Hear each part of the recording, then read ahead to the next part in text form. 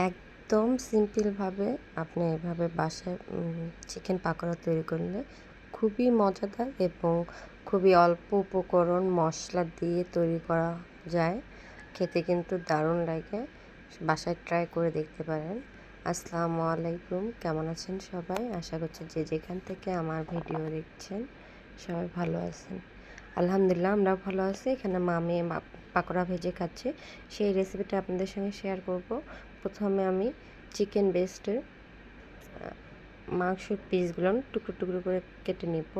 এখানে হাড় ব্যবহার করা যাবে না, আমি হাড় ছাড়ে মাংসের পিসগুলো দিয়েছি। আর একে একে দিয়ে দিচ্ছি সব ধরনের মশলা, আপনার ঘরে থাকা মশলা, বাড়তি কোনো মশলা অ্যাড করতে হবে না। এখানে আমি দিয়ে দিয়েছি হলুদ, মরিচের গুঁড়া, গোলমরিচের গুঁড়া, আদা রসুন এবং পেঁয়াজ বাটা, আর সঙ্গে দিচ্ছি টমেটো সস। আপনারা প্যাকেটেরটাও দিতে পারেন, ঘরেরটাও। আর এখানে দিয়ে দিব 2 চামচ বেসন আর 1 চামচ চালের গুঁড়া। এটা দিলে, চালের গুঁড়া দিলে হবে কি, খুব ক্রিস্পি থাকবে, ভাজার অনেকক্ষণ পরও অনেক মচমচে থাকবে। এখন খুব ভালো করে আমি মাখাই নেব।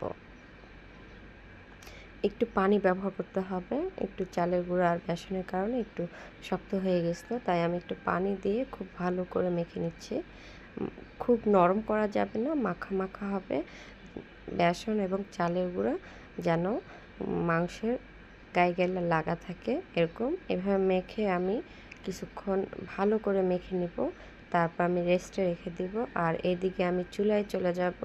চুলায় একটা পাত্রে আমি তেল গরম দিয়ে দিয়েছি। তেল গরম হয়ে আসলে এখন আমি ওই রেস্টে থাকা মাংস পিসগুলো এক এক করে দিয়ে দিব।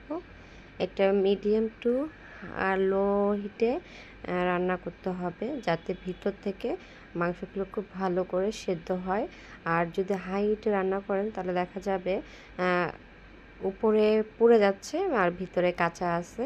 তাই মিডিয়াম টু লো হিটে এটা ভাজে নিতে হবে।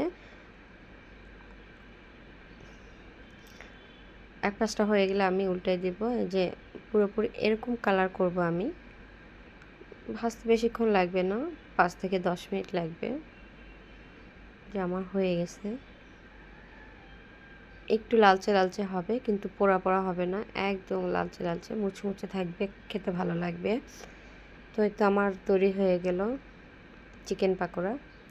এটা কিন্তু অন্য রকম একটা মজার খাবার, মানে অন্যান্য পাকোড়া বা যেরকম চিকেন ফ্রাই খেয়েছেন তার চেয়ে একটু আলাদা। বাসায় ট্রাই করতে পারেন। আসসালামু আলাইকুম, ভালো থাকবেন।